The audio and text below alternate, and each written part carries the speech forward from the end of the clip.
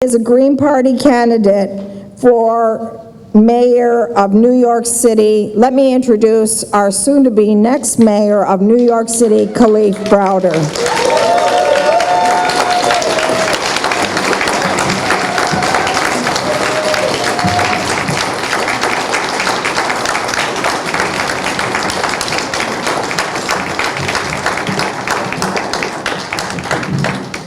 Thank you for having me, everyone. I first want to start off by saying, although all of the New York team couldn't make it here, we do have an exceptional team that didn't sleep and that helped get me onto the ballot for this 2017 election in November to come. And so now we're looking to take it towards the national team. And so our national leaders, we're looking for your support because, as we know, first, I'm a black man. I am running for the Green Party, and I've been impacted by the justice system as well. So, that being said, 3 strikes against me already. So, in that case, everyone's support is necessary because when we think about outside of the country and looking into the United States, do they think of Iowa?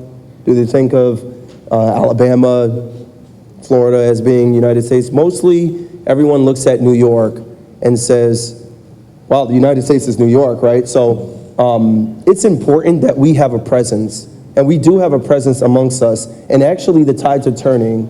As we talk in New York City to potential voters for us, the tide is turning, so we have a win.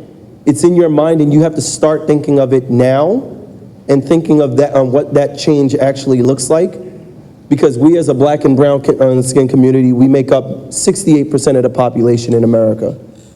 And if that's the case, then we are not minorities. We are the majority. And so we have to get everyone to vote and to start having their voices heard. And by having just a 1% or the high-class percent vote, we are doing ourselves an injustice, and that's why the homeless could be taken advantage of. That's why the disenfranchised going into these prison industrial complexes can be taken advantage of. That's why our children can be taken advantage of. What happened to my brother is a damn shame, and it's a disgrace to our legal system. But our legal system isn't broken. It's operating the way that it's supposed to.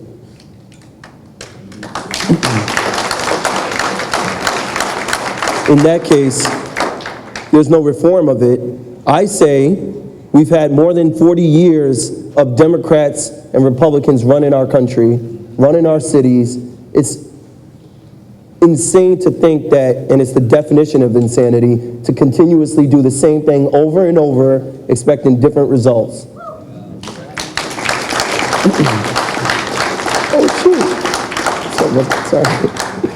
So I did prepare a speech, and I do want to stick to the speech because it's that I put my heart into, and so don't mind me looking down. The words are actually what I want to get across, and if I try to speak it, it's probably going to leave out something.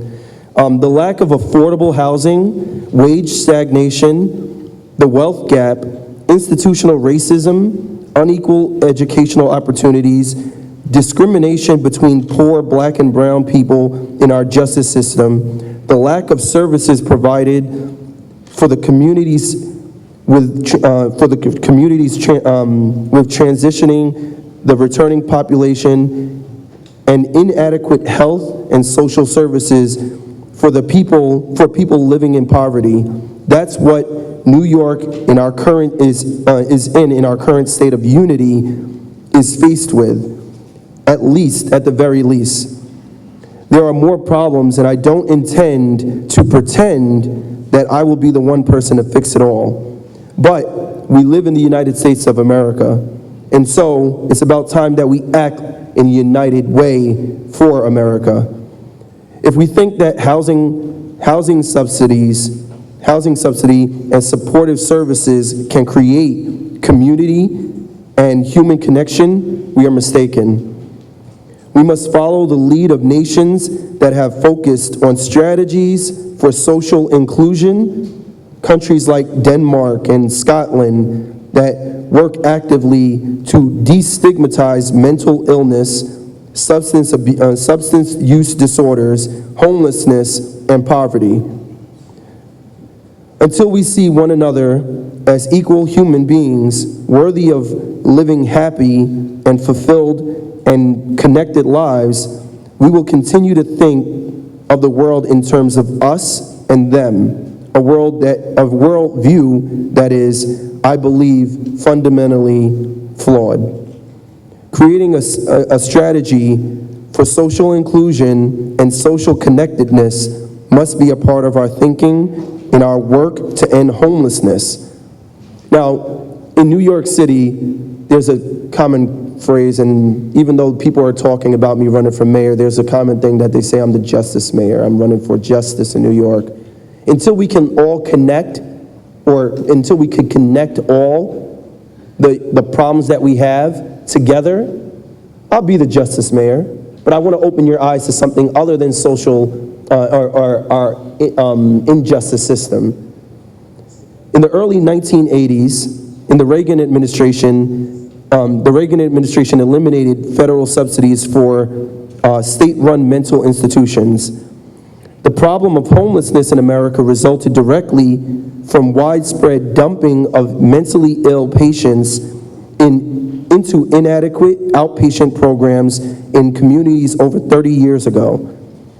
Advances in drug treatments for mental illness may have made it possible for most patients to re-enter society, but only if society can provide adequate outpatient treatment programs and housing. In most cases, the state-run facilities no longer exist to provide hospital-level care as well as housing to the homeless population that requires them. Living up to our responsibilities to care for and house mentally ill members of society will go a long way towards solving the homelessness problem. Fast forward to now, Trump's proposed budget would cut $4.3 billion, or 12%, from housing, while New York City currently has 275 homeless shelters, and 1 homeless shelter for children, for adolescents. The city pays about $400,000 a day for hotel rooms and what they entitle cluster housing, private cluster housing sites. The city pays $400,000 a day for hotel rooms alone, which is $146 million a year. Yet conditions at these alternate sites, where 18,000 are currently housed, as described as horrendous, and many of whom refuse to go to the decrepit and overcrowded shelters. People are shifted from one inadequate form of temporary housing to another. Conditions are especially abysmal for homeless families, some with, or most with, no kitchens or individual bathrooms. In New York City, we also have a problem of throughout the US, I bet, we have a problem with giving adequate information. When I talk about there's only 18,000 homeless in New York, this is per day, just so you know. They're not giving you per year. And then on top of that, that's those that can fit into our 275 housing units. And so, the information seems like we have a small problem with housing 18,000 in a city of 221 million. So it looks askewed, and all of our information is that way. But if you don't tell the truth, the full truth, is that not a lie? Shelters, not homes, should be short-term while decent, as permanent housing is obtained. New Yorkers spend months or even years in various forms of temporary housing. De Blasio, that's our incumbent right now, de Blasio's policies do nothing to find permanent homes for the sheltered population. The proposed plan of de Blasio to reduce homelessness, the homeless population by 2,500, which is only 4%, is pathetic and small, is pathetically small and spans over the next 5 years. During his current time in office, de Blasio suspended the construction of new homeless shelters for 8 months in 2015 due to the opposition from business interests and not in my backyard sentiments whipped up in local communities. This year, we're nearly two-thirds, excuse me, let me restate this. This is a city, New York City, where two-thirds of its residents suffer from severe economic hardship. But the New York City rental market is the second most highest expensive in the country.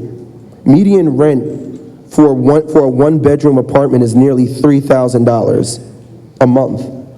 New York City Housing Authority, that's NYCHA, the largest public housing system in U.S., with a total population of at least 400,000 poor and working class tenants, already backlogged $17 billion for repairs, and faces a budget crisis due to anticipated cut of $75 million in federal funds. Water leaks and rampant mold routinely go unaddressed for months or even years. Whole buildings are becoming unlivable, adding to the homeless population. De Blasio's broken promises, from housing to education to health care, retirement, the drive to maximize profits means increasing misery for workers and their families. Housing is essential, but it's not sufficient. Housing alone, without attention to health care, behavioral health, employment, and education, and other supports, will continue to result in instability and recurrent homelessness for many people. Housing is essential, as I said, but it's not sufficient. We need all services. Health care is a service.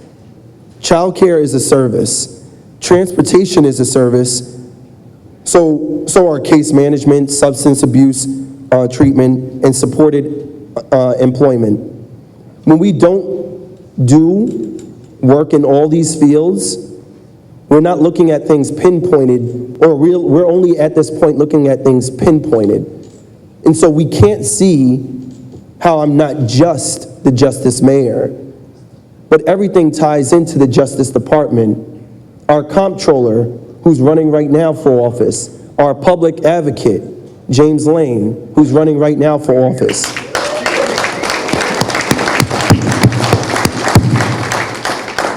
We have the vision of what it takes to make a new New York.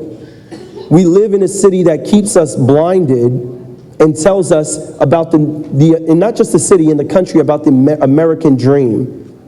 But what is the definition of a dream? It's a false reality.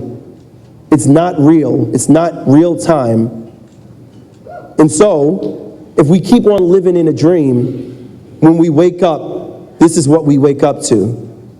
We need to start doing something about not just the inequality, but the disenfranchised. Those that go to jail are not aliens, or those that are being put through immigration are not alien. We're all human beings, but we tend to look at everyone else as though they're not equal to us. Yet they were built on our backs, my forefathers' backs. And this is the city that and this is the government that we live in, taking advantage of the fact that they no longer want us here. And so what that looks like now is 4 of my best friends growing up no longer live in New York. So I'm out best friends anymore because we can't afford to live in the cities that we built. And so what do we do now?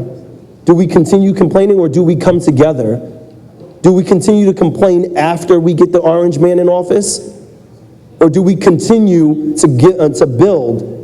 In our city, we have a problem where Green Party candidates or Green Party, the Green Party members need a structure that depicts something of a team.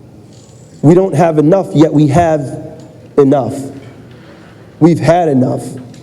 So we have to come to the point where we're working together, whether I'm young to you guys, whether I'm not, or whether I'm black, or let's stop looking at the differences and learn what we have in common so that we can change what we're complaining about.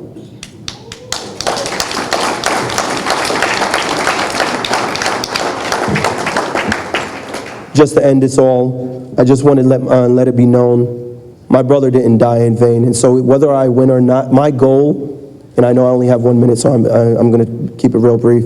My goal isn't to win this mayoral election. If it happens, it happens. But my goal and my responsibility, which is everyone's responsibility here and out there, is to spark the interest or the thing that makes someone come, and we keep on, if I keep on complaining about how dirty it is out there, someone's going to come and want to clean it up eventually. It's our job to continuously bring up the dirt that goes on so that my brother didn't die in vain. My mother didn't die in vain. And whether I win, like I said, or not, I'm still going to do my part as a human being. Thank you.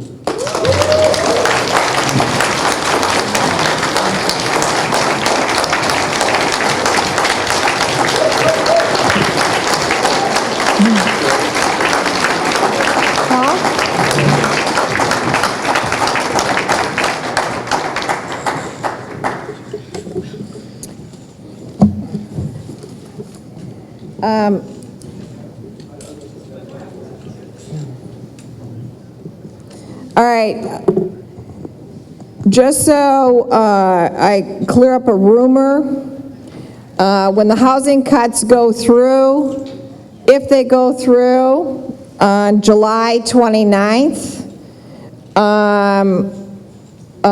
it'll be true. I'll be with those brothers and sisters ready to start the revolution in this country if they go through with the housing cuts on July 29th. You guys should join everybody that's having housing demonstrations across the country. There's one in every city across the country on July 29th. Literally millions of people that are in housing are facing housing cuts. So, our next speaker is a new Green from the Green Party. He is a candidate for governor of New Jersey, a native of Vermont, Seth Kaper-Dale. Seth Kaper-Dale, that's why he told me that. Seth Kaper-Dale, he has been a co-pastor at Reformed Church of Highland Park, New Jersey, together with his wife, Stephanie, for the past 16 years. From his pulpit, he has not only preached, but has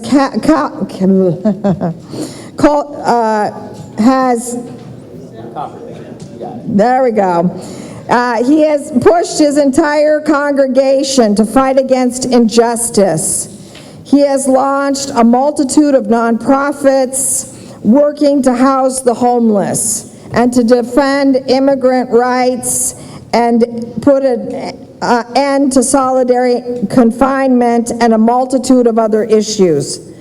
Today, he is leading the electoral struggle in his church and in New Jersey at the top of the ticket. Without further ado, Seth Kaper-Dale. Sorry for butchering your name.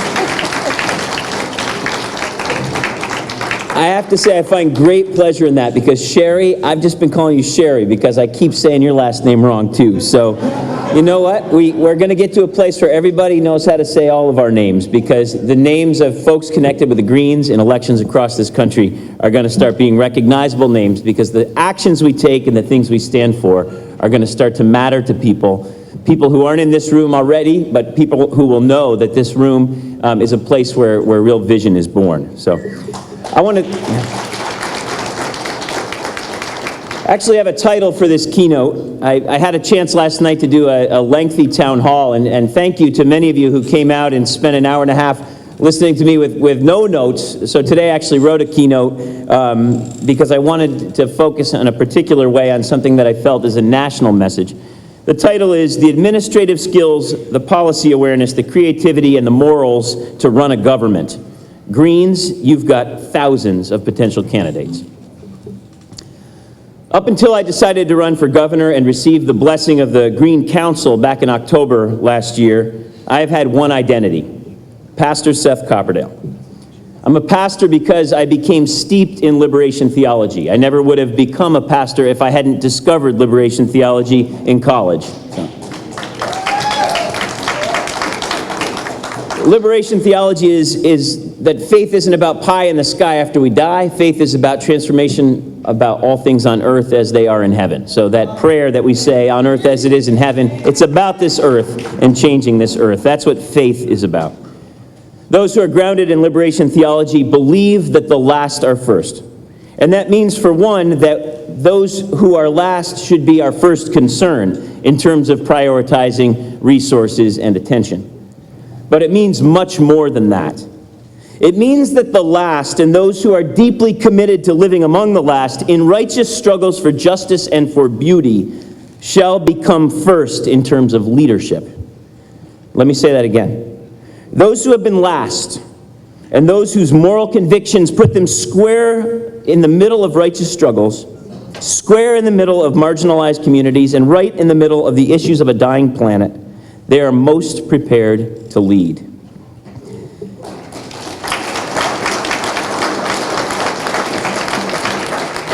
With that as the way of seeing the world, my congregation has gone from almost closing its doors 16 years ago with 35 people left in the building to being a church of 500. We've gone from being a church that was all white, except for one black guy married to a white woman, to being a church with 55 countries represented through first-generation immigrants, as well as incredible diversity from those who've been in this country for hundreds of years.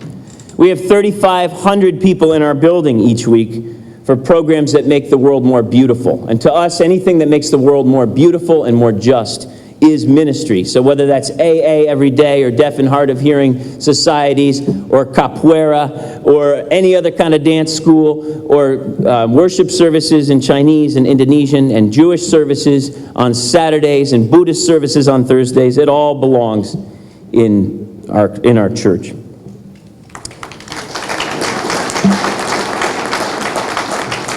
Our little congregation has, quite frankly, changed our town and impacted our region in very, very positive ways. And each day of my 16 years in ministry has been about committing to and empowering those who are beaten down, those who are mourning, and those who are prevented from inheriting the earth. I believe that being a religious leader is a career that has tremendous potential to affect change in local society. That's why I became a minister. And I actually offer this partly out loud as a challenge to Greens. I think that the faith communities around this country are they're organizations that need to be claimed by the Greens. That if the diversity that we need is going to come about, the Christian right has destroyed the perception of what it means to be grounded in justice. We can take back the faith communities. A central mandate to the calling that I've taken on is to embody the practice of loving your neighbor as yourself. And if you really commit to that and commit to listening to your neighbors, the local ones, you'll have a lifetime of meaningful work to do. If you really listen to your neighbors and connect the dots between your neighbors and the issues that plague the world, you'll find yourself caring not only about your local neighbors, but about the global injustices, and you'll be led to engage. Doing my job well has been about listening and learning. It's been about jumping into deep waters on the side of love and justice with fear and trepidation. It's been about taking risks for the sake of love. I've been marrying gay couples for 10 years before the state ever said it was okay that I do it. The last should be first.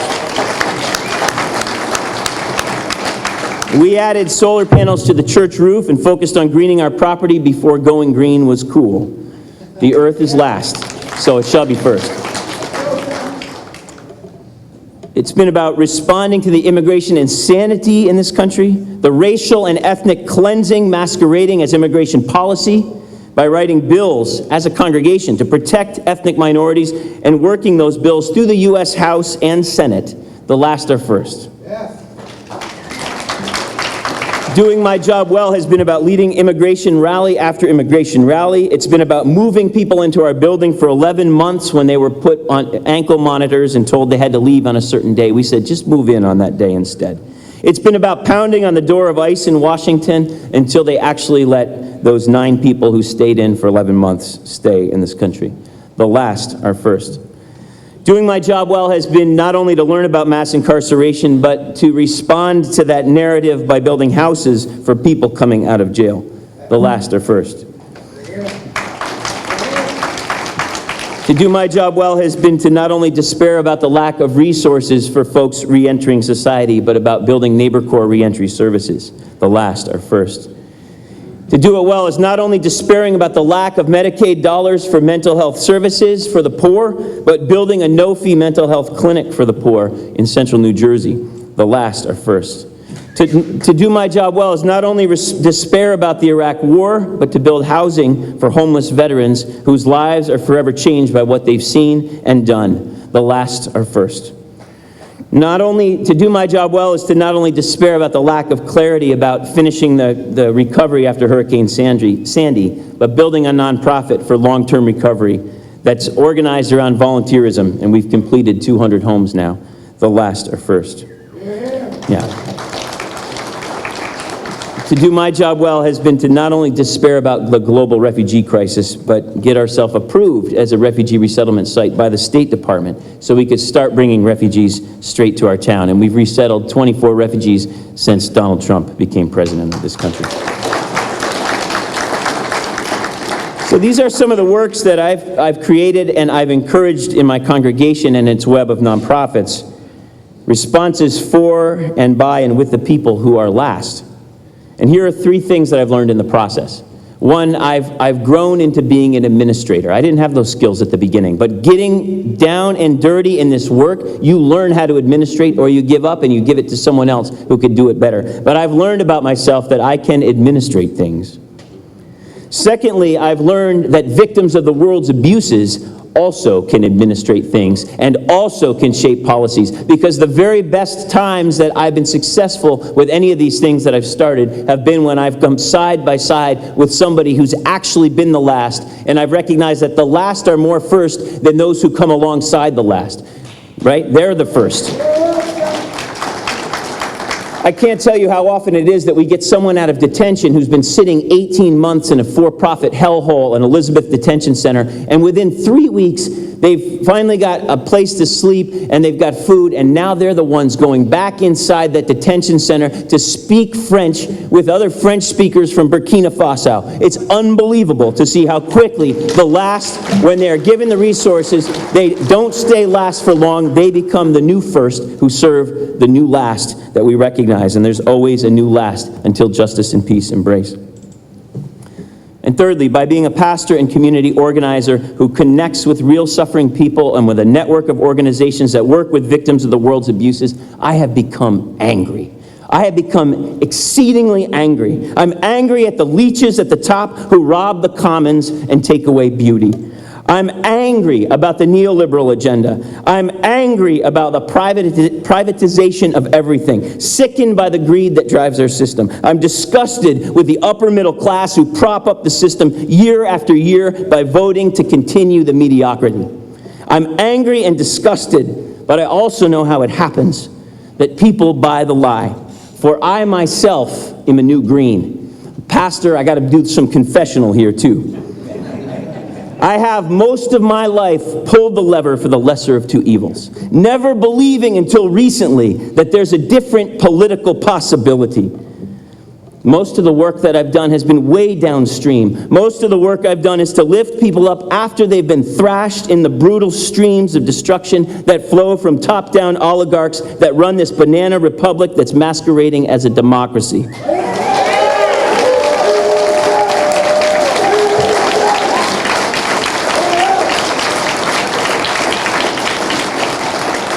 I have been very happy serving as a social justice pastor, but I cannot do that any longer without also challenging the political systems directly by running for office. I'm tired of only throwing stones at tanks. I will keep throwing stones at tanks, but I now want to climb into those tanks and beat them into plowshares and pruning hooks, garden tools for a new day.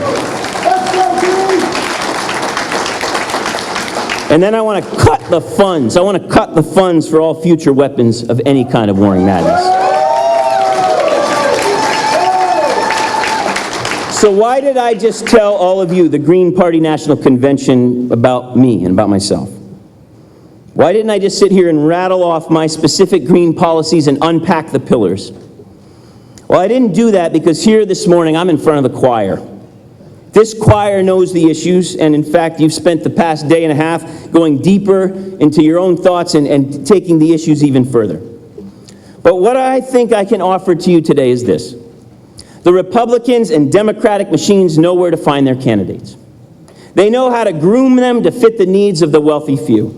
They know whose pockets need to be lined along the way. They know the types of career paths and the necessary connections that legitimize someone as being worthy to hold high office. Governor, senator, House. They know who to groom and how to groom them so that they can masquerade as candidates for the people. But these parties know where to find their candidates and how to mold them. They know it well, and so must we. We need to get to that space. I believe that the Green Party has the potential to dominate politics in America in this age if we begin to look for our candidates among those who are steeped in communities as leaders of nonprofits, social action groups, public education, public health organizations, environmental organizations, and religious communities. Our ranks are filled with people who know how to run things, who know the issues that create poverty and hurt, have dreamt up solutions, and have collaborated with others to pull things off with limited funds. Our ranks are filled with people who are not tied to the corporatocracy, who are not self-seeking and hoping to get rich, people who break the stranglehold by who they are and by who they are not. Our ranks in the nonprofit and faith-driven world are incredibly diverse. There's no reason on earth why the Green Party in America shouldn't be the blackest, brownest, most Native American party in America. For these are the... I got 1 minute. For these are the people who are leading the advocacy fight for justice and peace, and who run the churches and mosques and nonprofits in the most underserved communities all around America. Our ranks are filled with people who are angry and hopeful, people who haven't given up, but who are instead digging in. So what can I offer you this year? First, I can offer myself, a green governor working in Trenton on behalf of the people of New Jersey, modeling something for the country. And what else? I can offer to you the constant reminder that you, in the work you already do, as organizers and as workers in the helping professions, are in the presence each and every day of potential candidates for office. In fact, the next candidate may be you. Thanks so much.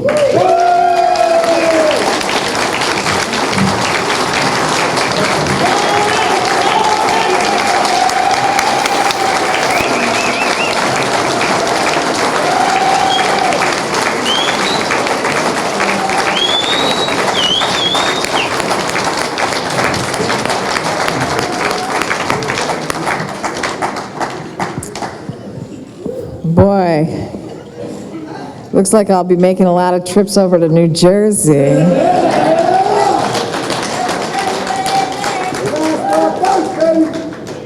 Okay, so I want to announce, I want to thank people for raising another $600 for the 197.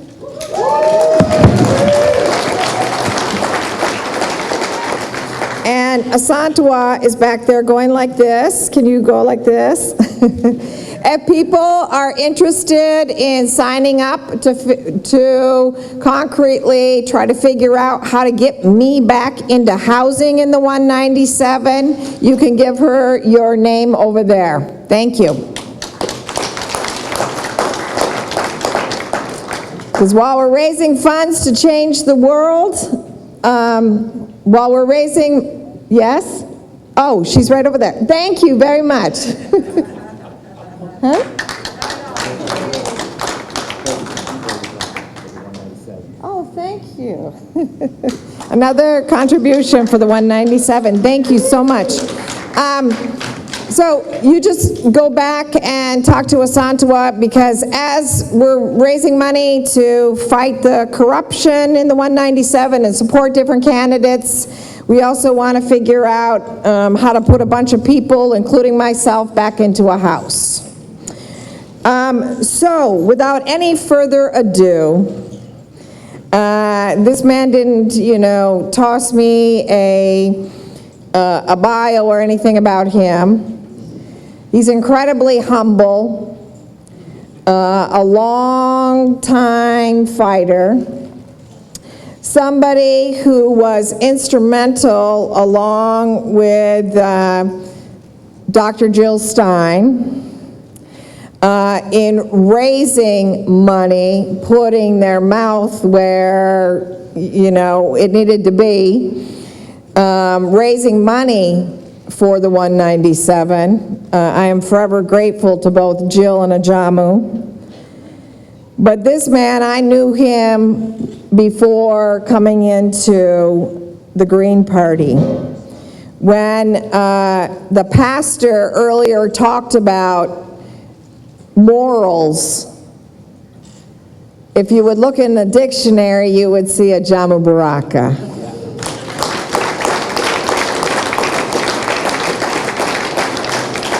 He's somebody you don't have to run around and convince, like, is he going to sell out? Is he going to take the wrong position?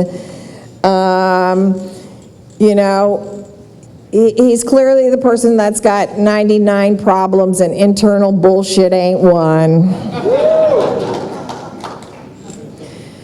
And again, I just want to say he's been a long time human rights defender, a pioneer in this country in bridging many different communities and understanding that if we all don't get together and build a raft and get the hell off the Titanic, we're all going to sink.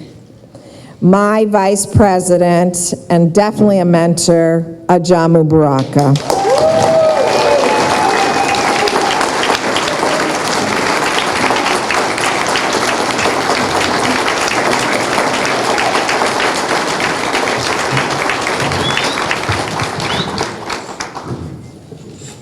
Thank you, Sherry, and thank everyone here at this historic gathering. I'm going to keep my remarks relatively short. We have a lot of work to do this morning, but I definitely want to take this opportunity to really sincerely thank all of you. Not just because you are here today, that's important, of course, but to thank all of you who believe in this mission, who believe in the possibility that we can be more than what we are today, who put yourselves on the front line for that vision.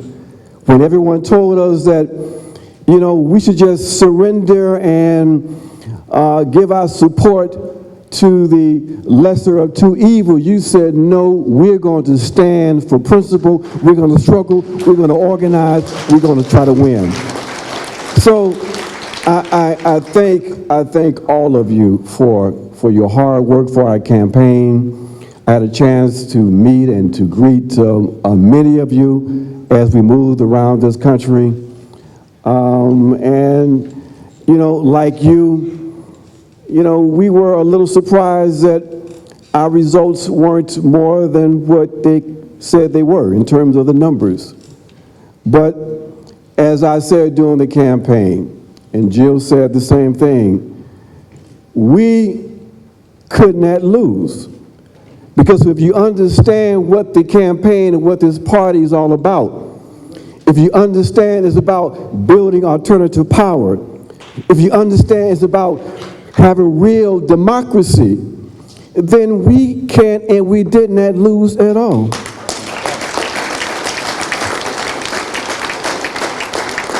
So, my friends, we have more work to do. We are facing a difficult situation in this country, but we know that the people are looking for alternatives. Our responsibility is to be that alternative. And that's why we're here this weekend, to dialogue among ourselves, to figure out how we strengthen ourselves so that we, in fact, can become that alternative structure. So there has to be a sense of seriousness this weekend as we debate and contemplate and analyze and plan for the future. We've got to understand and really understand our potential. You know, my friends, this month has been for myself 1 year being more active with this party. In fact, in a couple of weeks, it will be 1 year that I was down in Colombia living a good life. Getting up and going to the gym, and, you know, I did my writing and I did my political work, you know, back in the U.S. And then I got a call from Jill Stein. And Jill said, are you standing up? I said, yeah. She said, you might want to sit down. So I sat down, and she talked to me about the possibility of joining her in the adventure that the Green Party and the campaign was organizing. And we talked. And I said, well, Jill, let me think about it, and let's talk again in a couple of days. And we did that. And I said, Jill, let's go ahead and do it. And my life has not been the same since. So.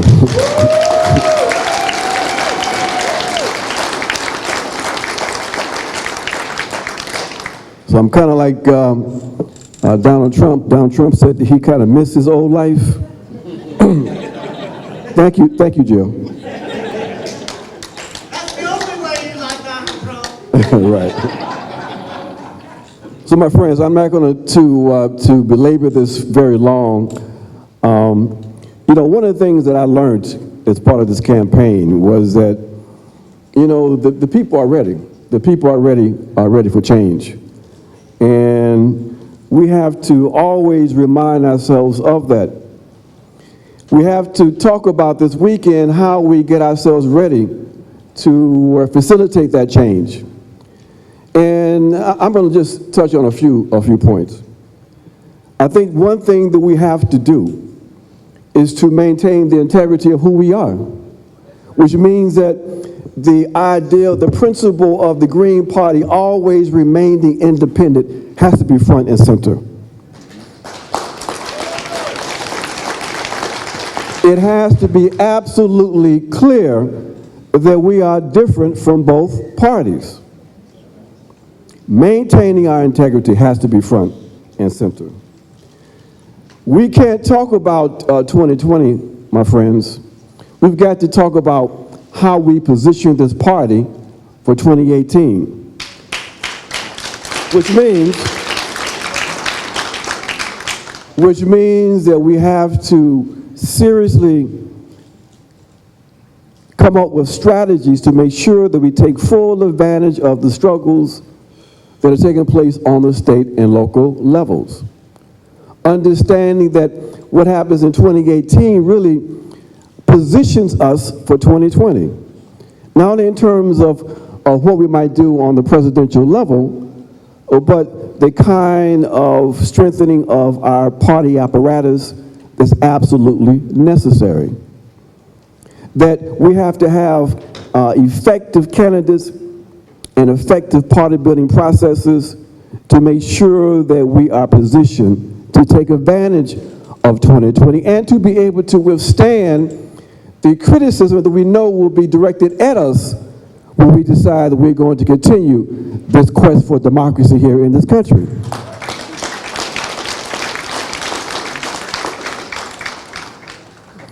One of the things we have to do in getting prepared for 2020 is to talk about how we identify candidates. We have to not only vet our candidates, but we also have to slightly change our approach to how we have people running under the label of the Green Party. You know, we talked about during the campaign that this campaign was about strengthening the apparatus. It was also about linking up with social movements. That we saw the Green Party as being the electoral arm of the social change movement here in this country. We've got to move to make that real, go beyond the rhetoric. We've got to have a strategy that says we link up with social change organizations, and that becomes the linkage, that becomes the entry point for participating in the electoral process. We can't just go out and just ask people to run as individuals. Sometimes people who have a base, oftentimes they don't. What we have to do is have a strategy in which we link up with social change movements. We convince them that this is an approach as part of a broader strategy that can be utilized to build alternative popular power. But that means that we've got to be linked to those social movements. It means that we have to look at our practice in our various states. It means we have to understand that if we don't have very good relationships with social change agents and social movements, grassroots organizations, then we have to build those connections. We have to engage in relationship building. So we've got to think in terms of a developmental approach to how we really build this Green Party systematically. One issue that is not going to go away, that will also distinguish this party from the other bourgeois parties, is the issue of war and peace.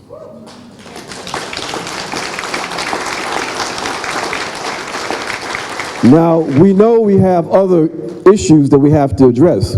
We have been taking a lead in opposing the continuation, well, some of us, the continuation of the ACA and advocating for this being the moment to reintroduce into the public discourse improve Medicare for all. That's important. That's one of those critical issues that we have to embrace. But the next big issue, short term, that we have to be and should be out in front on is this issue of housing. That is critical. And that is one of those issues that cuts across class, race, and nationality. So I would encourage folks to take a look at that issue in your states and on the local level in terms of how the Green Party connects up with this next short-term battle. But the longer-term struggle that will be in place in 2018 and beyond, because it's so critical for the ruling class to embrace and try to utilize, is this issue of war and militarism, anti-imperialism. That is the issue that when people think of being anti-war and think of a major party being anti-imperialist, they should think automatically of the Green Party.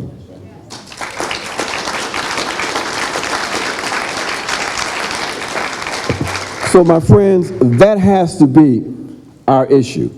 It really does. Because it cuts across so many other sectors. It centers a moral issue around what kind of society do we want to be, and what are our responsibilities to people outside of the borders of the U.S.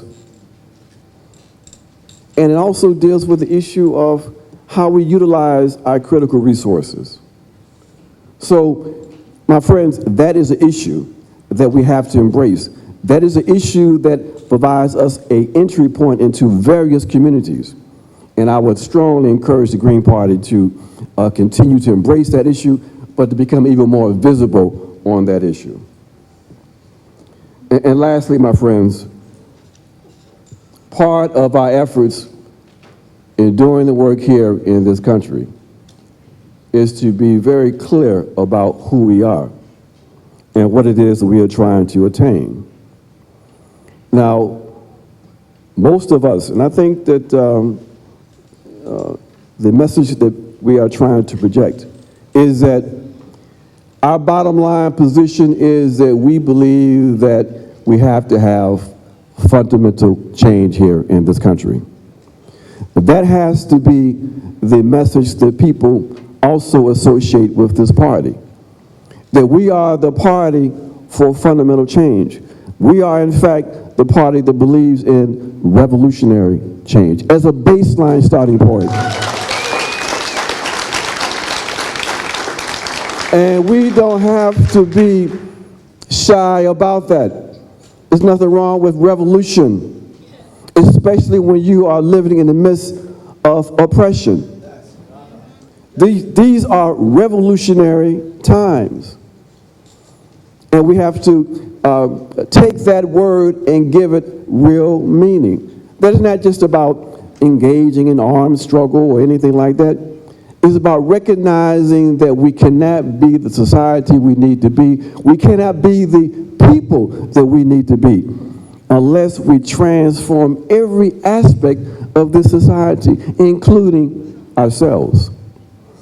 To be committed to revolutionary change also means to be committed to changing ourselves. It means that we have to revolutionize ourselves. When Fred Hampton, Chairman Fred Hampton, told us 50 years ago to repeat after him, "I am a revolutionary," that meant something. It meant more than having the correct analysis. It meant that you had to transform yourselves. It meant that you had to comport yourself in your behavior that corresponded with the kind of human being that we wanted to create. It means that we can't operate like the other bourgeois parties. It means that when we have elections for our steering committees, that we elect people based on their principles and politics, and we don't engage in character assassinations.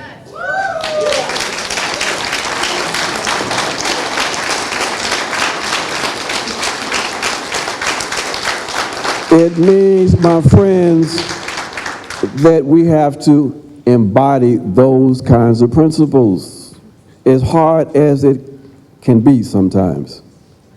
So being a revolutionary is something that we have to embody, and I would strongly encourage us to do that, and do that in ways that we make sure that our structures are revolutionary structures. That is, that our structures are spaces where people will feel welcome, where it will be reflective of the society that we live in and the societies we want to try to build. Which means that part of that process of transforming ourselves is rooting out all of those contradictions. You know, as a man living in a patriarchal society, a sexist patriarchal society, I cannot help but have been profoundly impacted by that. And part of my responsibility, struggling against male privilege and patriarchy, is to continue that struggle. The moment that I believe that I have reached some a point of understanding, and I'm no longer a patriarch, or I'm no longer sexist, that's when I've taken a step backward. And my friends, it is the same thing with growing up in a white supremacist settler colonial state. That basically all of us have been impacted by that. Not just white folks, but all of us. And that part of our responsibility is to root that out. Not only in terms of how we think and see the world, but to be opposed to those structures that perpetuate, that continue white supremacy and white power. And that's difficult. But we have to, in fact, do that. That's the only way we can make our spaces inclusive. That's the only way we can build a revolutionary movement. It means we've got to root out in this Green Party every aspect, every expression, acknowledge and not acknowledge. We have to root it out of this party.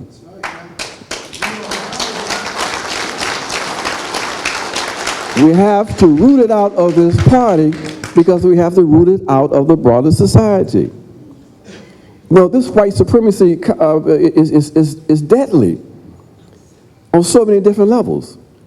I mean, part of the way in which the ruling class is able to mobilize support for its interventions around the world is based on this notion, and I'm part of a community that helped to create this notion of humanitarian intervention. This idea that the U.S. has some moral right to intervene on behalf of people, that its intervention has some kind of moral authority and more moral support. And it plays right into this thing, this white savior thing that we have in this society. And the consequences have been deadly. Not only for the people that the U.S. has impacted directly, the aggressions in Afghanistan and in Iraq, the attack on Libya, the war that's taking place in Syria, the lack of resistance to what was happening, what unfolded in the Ukraine, the coup in Honduras, the so-called revolution in Egypt, and it goes on and on. We have to make sure that we root out these moral arguments that can be advanced to cover what we are really dealing with, which is basically naked U.S. imperialism.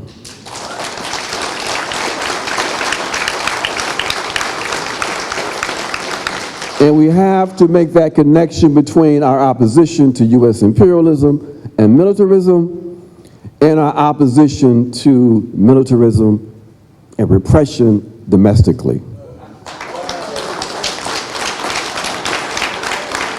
Now, that connection has to be made. Now, we could say, and I think it's very important for more and more European Americans to talk about the fact that Black Lives Matter. That's important.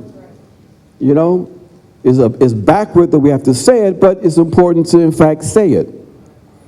But it's also vitally important to understand that, you know, sometimes in some ways that can be kind of easy, too.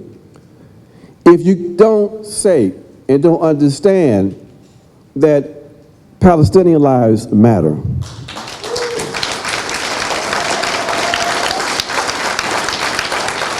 that the lives of the people in Yemen matter, in the Congo, in Honduras, in Venezuela. If you don't understand and you can't make that connection, then you don't twist up your mouth and talk about Black Lives Matter because you don't understand.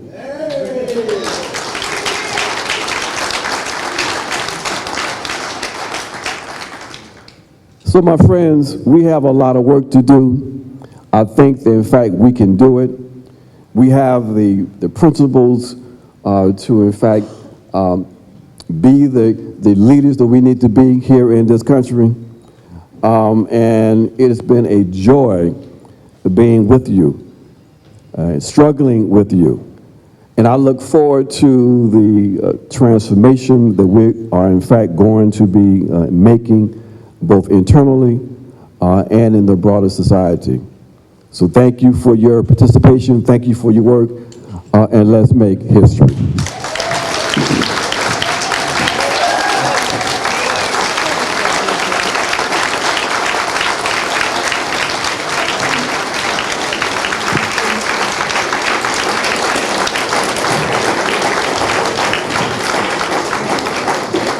Okay, stay standing.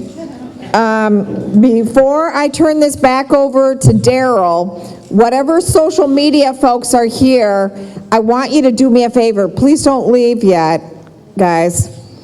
There's a really important friend of ours who is on the front page of Green Party News that has recently come home. And I'm hoping that all of us, on the count of 3, can welcome Reverend Pinckney home.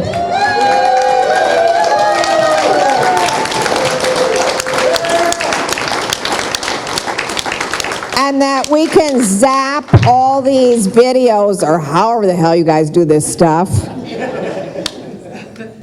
and send it to him, send it to Reverend Pinckney and Dorothy, because this will make their hearts just, glow. And those of you that have, extra money laying around in buckets, it's hard when you come home from prison and you should send them a check. But let's, on the count of 3, let's do a real strong welcome home, Reverend Pinckney. And then everybody send it to him. Okay, 1, 2. Are social media folks ready? Okay, good. On the count of 3, 1, 2, 3. Welcome home, Reverend Pinckney. Woo!